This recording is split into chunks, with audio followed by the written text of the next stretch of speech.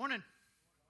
Hey, if you're new, I also want to welcome you. So glad that you're here. I'm Charlie Lofton. I'm the lead pastor here at the Grove, and so glad that you have visited with us today. You've caught us in the third week of kind of a 3-week series. We've been just kind of talking about who we are as a church and kind of breaking down kind of our mission statement, who it is that God has called us to be as a church. You may not have noticed, but our mission statement is right there on the wall as you walk in. It says what God has called us to be as a church is to reach people, to become fully devoted, world-changing followers of Christ. And there's a couple of key passages that comes from. We started with what's called the Great Commandments, where somebody asked Jesus, what's the greatest command in all the Bible? He says, well, love God with your heart, your soul, your mind, your strength, everything that you have. That's the first and the greatest commandment. He says the second's like it, love your neighbor as yourself.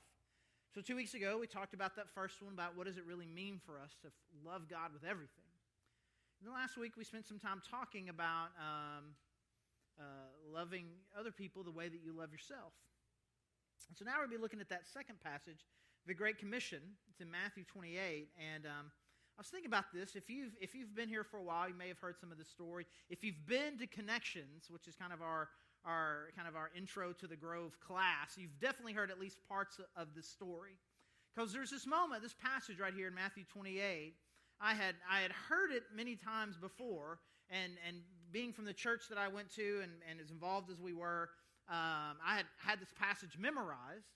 But there was this moment for me in college where this passage kind of hit me in a completely different way. And the story goes, I was a freshman. I was a freshman at Hendrix College in Conway, Arkansas, in the fall of 1990. And I grew up in this very traditional church. And this traditional church, I mean, some people like to go, oh yeah, we were at church all the time. And then at this point, I feel like I need to get into a fight with you because you were not. I was in church. You were not in church as much as we were. I mean, it was 15 to 20 hours a week, every week for 18 years. As a teenager, it's going to sound like a joke, but as a teenager, I had a key. I had a key to the building. Because, I mean, there were just times I was the first one there. I would help clean up. I mean, there was just all these things. I had to lock it down. I mean, we were there all the time. And I would have told you that I liked church. I think ultimately, I liked the routine of it.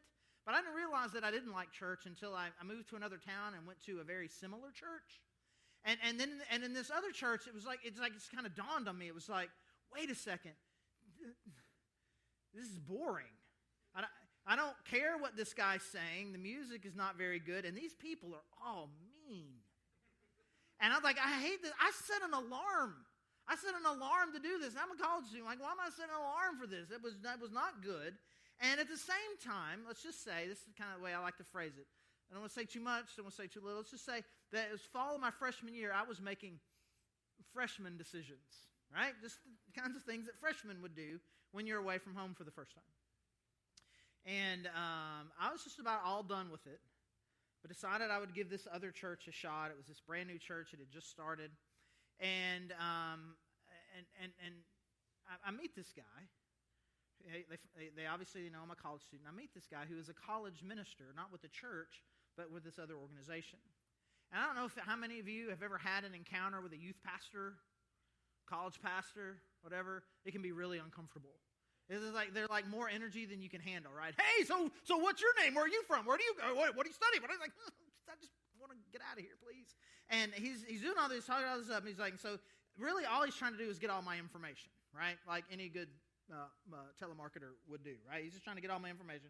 So he finds out, I give him my number and my room, and he asks me this question: would you like to be in a Bible study? I'm leading a Bible study of freshmen in your dorm next semester. In your heart, you're thinking, no. But I don't know how you grew up. I mean, the answer, there's really only one answer to that question, right? Would you like to be in a Bible study? Oh, of course, I would love to be in a Bible study. So I'll contact you next semester. We're going to get it started. Sure, whatever. So I don't think much anymore about him until he calls me. And he calls me on a Sunday afternoon. He calls me on a Sunday afternoon in late January.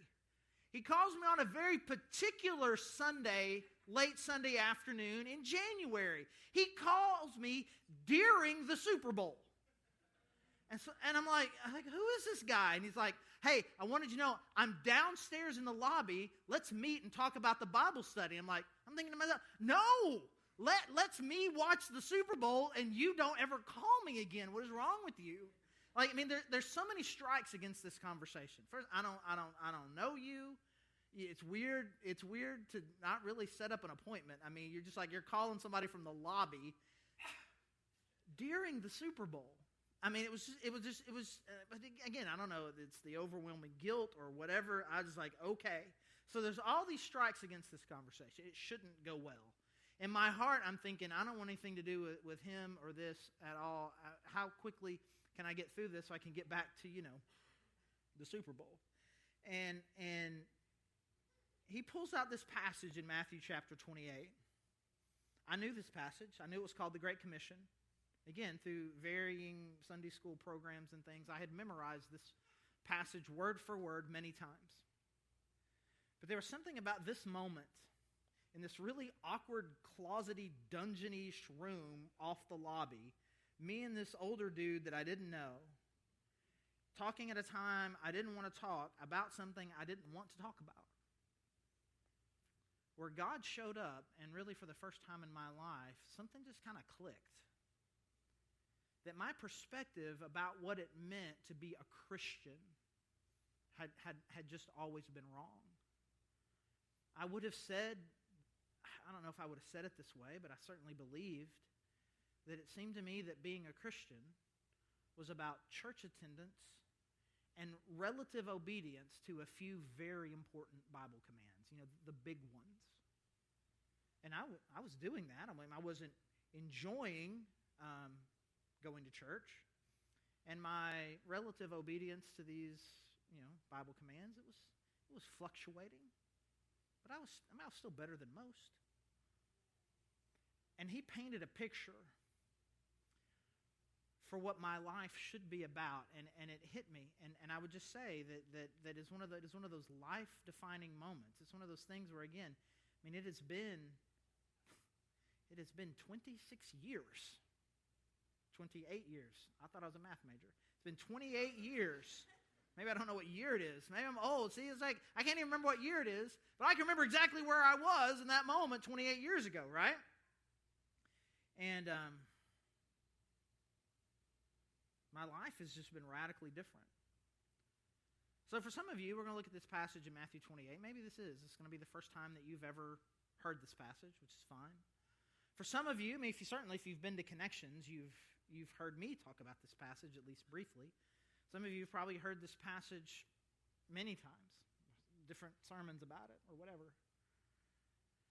My hope and prayer is that in some way that, either it's for the first time or the 10th time, that God will captivate you a little bit differently about it. Because I think that what he's wanting to do for us is to reshape what it is we think it means to be a Christian. What is the purpose? What is my life supposed to be like? Because I think that a lot of us are like Charlie circa fall of 1990. I'm just coming to church and trying to be a relatively good person. That's the deal, right? But God wants something deeper and greater for us, and he has given us a real mission, and we collectively as a church and us as individuals, we need to get on board with this. So in Matthew chapter 28, verse 16, let's kind of set the scene here for a little bit. Jesus he's had these followers for about 3 years now. He has already died on the cross. He died on the cross, and he has come back to life. And for the next few weeks, he's been spending some final time with his followers. And he's gathering together really for one last time, because their life's about to be very different. We talk about being a follower of Jesus, and that means something to us. What it meant to them was something very different. If you had asked them in this moment, hey, what does it mean to follow Jesus? They would say, well, okay, Jesus is here, and I'm here, and then when Jesus goes over there, I follow him over there. Like as literal as it can be, they were following Jesus. Now they're not going to be there. He's not going to be there anymore. What does it mean to continue to follow Jesus without the physical presence of Jesus there? And so he's leaving them. He's like, I'm leaving, and here's what you need to be about while I'm gone. Matthew 28, starting in verse 16. Then the 11 disciples went to Galilee, to the mountain where Jesus had told them to go. When they saw him, they worshipped him, but some doubted. Can we just stop right here? It's not really what we're talking about. What an interesting thing. I think some of us, we feel sometimes kind of riddled with a little bit of doubt. Like, is all this really real? Is God really real? Is all this stuff, I mean, there seems... And we just think that if I could just see Jesus, maybe, right? And then I could see him in the eye, he could talk to me, then I would never have any doubt. Well, they had plenty of doubt. And they knew him. They're with him. They just seen him come back to life. He was dead, now not dead, and they saw all that, and there's still, like, there's just this uncertainty. And I think there is just something in us that's just like, is this really what I'm supposed to be about? Is this really real? And it's in us, and I don't want us to don't feel shame about that, but at the same time, Jesus is coming to them in that moment and telling them, hey, I get where you're coming from, and here's what you need to know. Verse 18. Jesus came to them and said, all authority in heaven and on earth has been given to me. Therefore go and make disciples of all nations, baptizing them in the name of the Father and of the Son and of the Holy Spirit, and teaching them to obey everything I have commanded you. And surely I am with you always, to the very end of the age. So they're sitting there and they're worshiping him. They're a little bit scared, a little uncertain about what's going on here. Say, listen, here's what you need to know. I'm the Son of God. I have authority in heaven. I have authority here. I have all the authority. I'm in charge. I'm in charge of this world. I'm in charge of your life. Now, therefore, you better listen to this. Now you need to go. You get out of here, you get out of this place, and I want you to go everywhere possible. I want you to go to every nation. I want you to go all over the world, and here's what I want you to do as you're going all over the world. I want you to make disciples. I want you to help people know who I am. I want you to baptize them. I want you to teach them. And here's what you need to know. Even though I'm leaving you physically, you need to know that I'm going to be with you forever. Now go. Go! And what's interesting is the book of Acts, which is after the four Gospels. We have the four different telling of the story of Jesus, Matthew, Mark, Luke, John. The fifth book in the New Testament, the book of Acts. Essentially, it's kind of a history book, and it really records the faithfulness of these people to this mission that God had given them. You see them start where they are and then just kind of broadening their influence all over the world, going and telling people about Jesus. And it's an incredible thing that moves this movement from just a few dozen people ultimately to tens of thousands of people in a really short period of time. Overwhelming faithfulness to this mission that God had given them. And in the 2,000 years since then, generation after generation after generation of people have been faithful to this command. You know, the apostles, they teach people what Jesus taught you. Okay, I'm going to teach them. And then when I teach them, I'm going to tell them, hey, and what Jesus says is that once you understand all this, now you need to go tell somebody else. And for thousands of years, generation after generation of people have been faithful to this command to continue to teach people about who Jesus is. And here we are, almost 2,000 years later, thousands of miles away from this happened. Almost nothing culturally connected to these people at all in this time frame. And here we are standing on the shoulders of generations of faithfulness. And now it's our turn. We stand here on the faithfulness of others, and it is now it is our turn to continue to build this and let the world know who Jesus is. And again, the simple mission that God has called us to. We'll just say this. This is who we're supposed to be, what we're supposed to be about. We need to make disciples. This is what Jesus says. All authority has been given to me. Now go make disciples. Now here's the thing that I don't want to do. I don't want to get into a place where we get kind of lost in kind of churchy words. Disciple can feel a little bit like a churchy word. Like I don't know what that means. So maybe a better word would be like maybe students, learners. But again, I think when we hear student, maybe it gets a little too academic. maybe like a protege, like someone that you're mentoring, an apprentice. You know, you guys have been my apprentices, and I've taught you about what it means to live life. I've taught you things that you need to know, how to do certain things, the kind of character that you need to have, a vision and perspective on the world that you need to have. You have all of this. Now take everything that I have given you and give that to somebody else. I've taught you, you teach others. So it's not just an academic student, but just this overall learner of how do I live? Who am I supposed to be? That's what Jesus did for them for 3 years. Now I want you to take all of this and give it to somebody else because they need it. And first, you're going to start with baptizing. So first of all, you're going to have to go to people who don't even know who God is. You're going to have to tell them who God is. You're going to have to tell them who I am as His Son and the death that I died for them so that they can have life. And then their first response to that will need to be baptism. And then you'll baptize them, and then you're going to teach them all these things. We're not just trying to get them to know who God is, but we want them to be solid and grounded in their faith so then they can do the same thing. Because this is what God has called His people to do. If you are a church, if you are a follower of Jesus, this is what He has called us to do. To take everything that He has given to us, to grow deeper and more solid in our own faith, and to take what God has given us and give it away. This is our mission. We say it a little bit differently on our mission statement, but it's all there.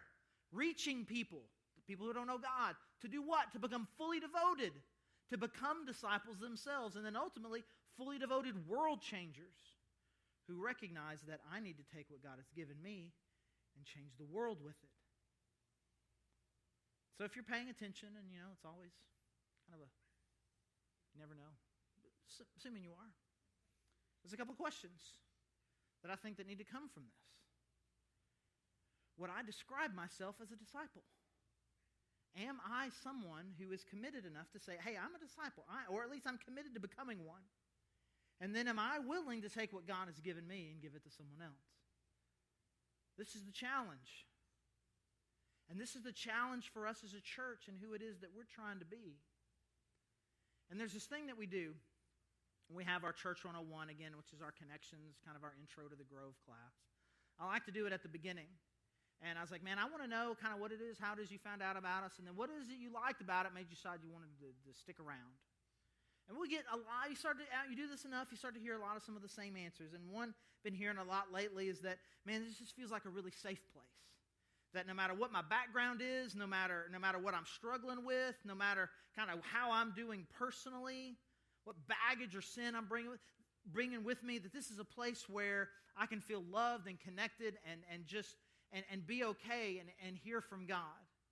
And that's awesome. That is totally what we're trying to do. But what I want you to hear, that's just a piece of the puzzle.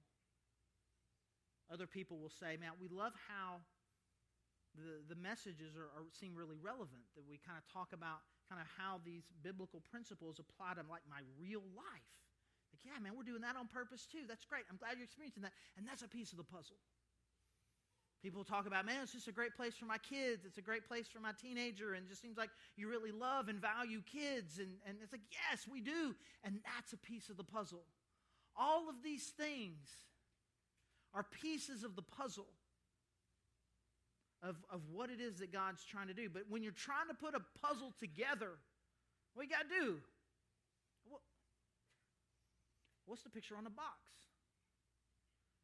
I mean, sometimes I think that in our own life, as we're thinking about church, thinking about our own life, we start thinking about, well, this is my favorite puzzle piece.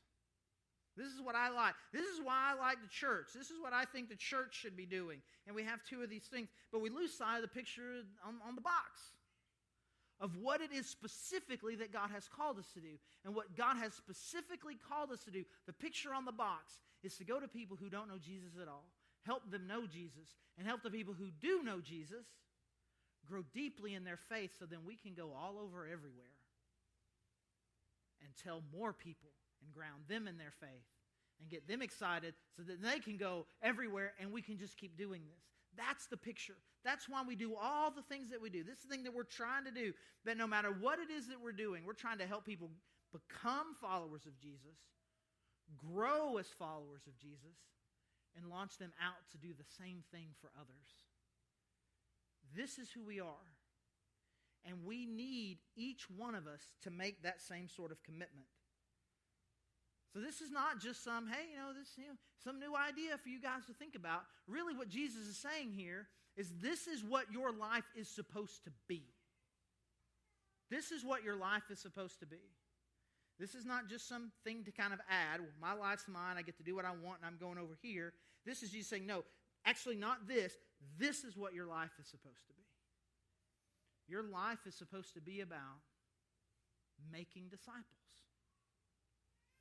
Now, when somebody comes in with something that heavy, it's like, hey, you're doing life wrong. This is what life is. Stop doing this. Start doing this. Stop thinking like this. Start doing like this. And it's some kind of big, weighty thing. There's kind of, it can be multiple, but let's just say there's two primary reactions that people can have to this, right? Two primary ones, right? First one is, you're not the boss of me, right? I don't want to. I don't wanna. I don't want to do that. I don't want to. You don't get to tell me. And the second one would be that sounds kind of scary. I should be kind of nervous to do that. Or the way that Layla, our 6-year-old, says, if you ask her to do something that she gets kind of nervous about, she's like, that makes me shy. And she makes this face. So this is what we all say. Anytime you get asked to do something, you're kind of a little bit nervous. Like, oh, that kind of makes me shy. Like, go visit somebody you don't want to go visit, or go do something you don't want to. I'm kind of shy about that. So anyways, maybe you don't want to do it. Maybe you just don't want to. I'm not. I don't want to. Or maybe it makes you shy. But the interesting thing about this is it seems that Jesus anticipated both of those concerns. And he sandwiches this command right in between his addressing of both of those concerns. So you may think that you can say, well, I don't want to do it. But he makes it very clear that this is not optional. He makes it very clear. How does he do that? Well, at the very beginning, he says, okay, all authority in heaven and on earth has been given to me. Therefore, go. So I'm in charge of everything here that you do see. I'm in charge of everything up there that you don't see. Essentially, I'm in charge of everything. So whatever it is I'm about to say next is not optional for you. Therefore, go. Go do this. There really isn't any, there's no points of discussion there. There's no rebuttals. There's the one who has all of the authority, the designer and creator of the universe with all the authority everywhere all the time has said this is what you're supposed to do. Now go do it. Now, if you're like me, and some of you probably are, I don't really like appeals to authority. You telling me I have to do something. You start telling me I have to do something, I don't get shy. I get the opposite of shy, right? I'm ready to fight. Like to the point to where, like, I could be going already to do something. Like, I'm sitting there in the living room thinking, I need to fold the laundry or do the dishes or whatever. And I get up to do it, and then Heidi says, hey, can you do the dishes? And I'm like, no. I can't. I'm heading to the kitchen. Can you do the dishes? Actually, I know I can't. I was going to do it, then you told me I had to.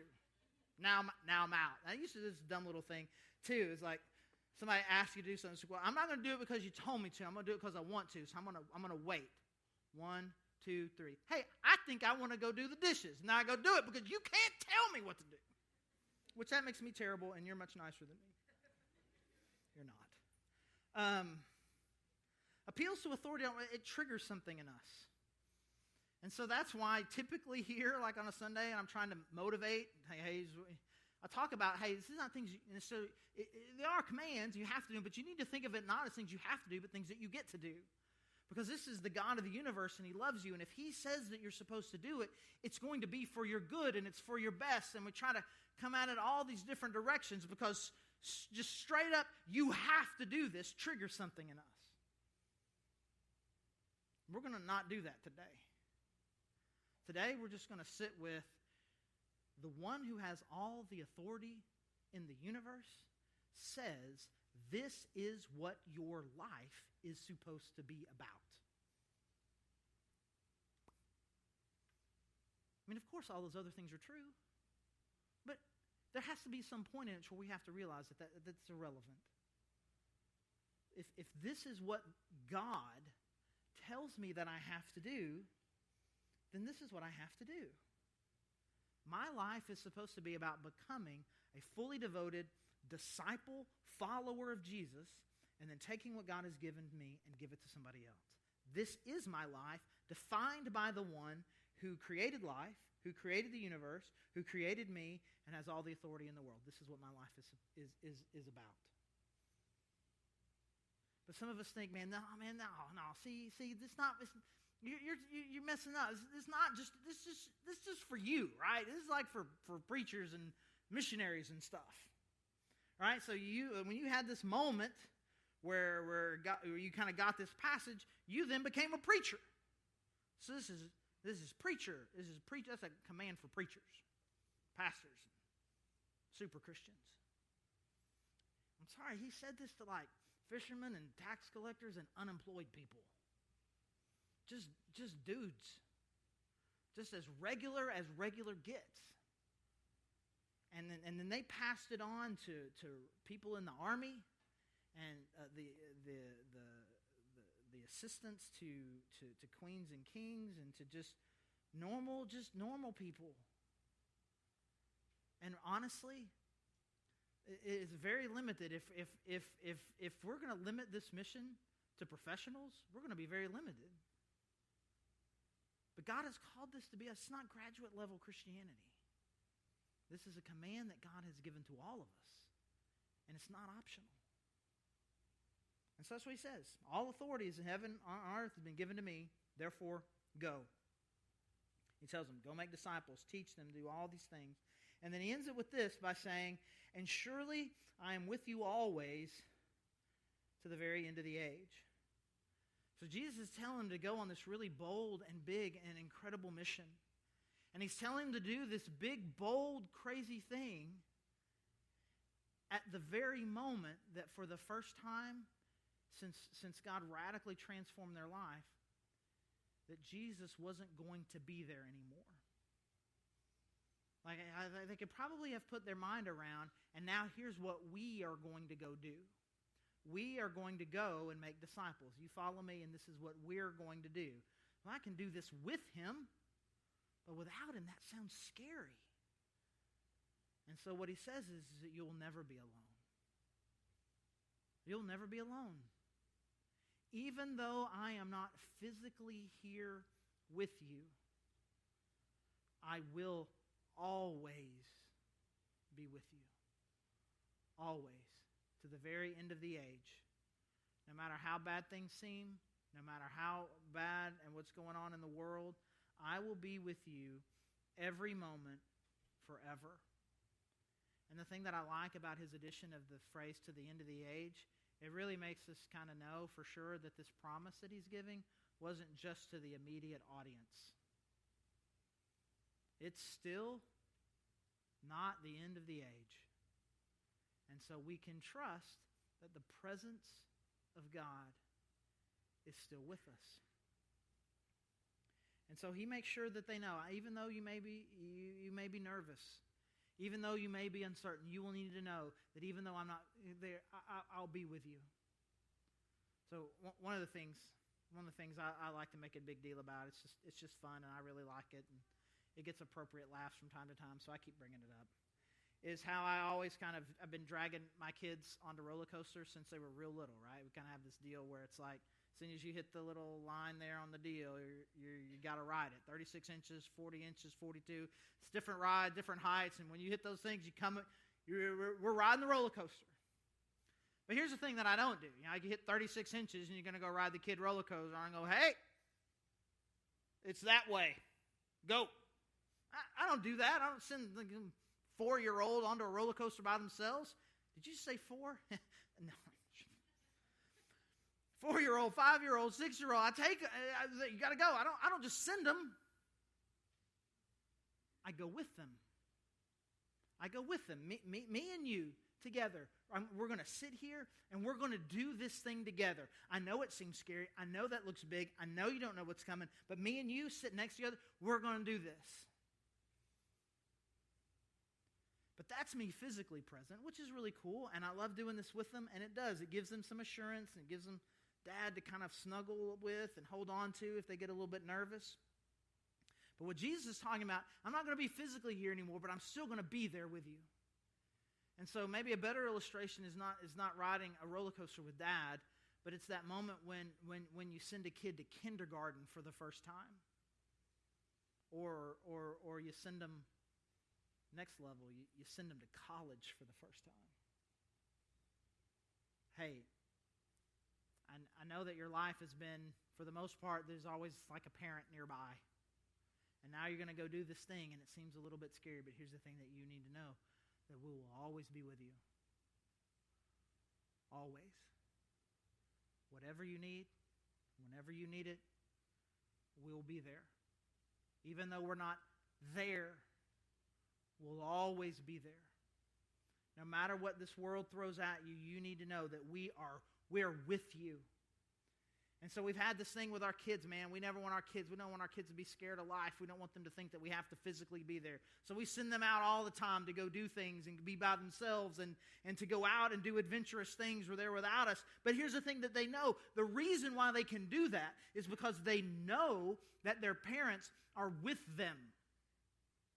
That no matter what this world throws at them, no matter how scary something might be, no matter how distant there may be between us and them, we're with them. And this thing, if you're paying attention, this is a big thing that God is asking. He's asking you to give up the normal direction of what you think your life is supposed to be about and do something completely different. And then take the risk of kind of reaching out to people who are far from God or people who need a little bit of help and say, I'm going to try to help you. And that seems scary, but God is with you. He will always be with you. The one who has all of the authority, all the power, says that his presence will always be with you. And if that's the case, then there's nothing to be afraid of. No reasons to be shy. Because God said that he would be with you. So now we end up back with those same two questions. The first question is this: are you committed in your own life to say, I want to become a disciple? This is what I want my life to be. I want to learn and grow and become a person who is really a fully devoted follower of Jesus. And if you're able to say yes to that, then I ask you this: are you willing to help others do the same? What God is asking of us here is not some simple shift, being a little bit nicer at work, talk differently to your spouse, study harder at school, don't lie, don't steal.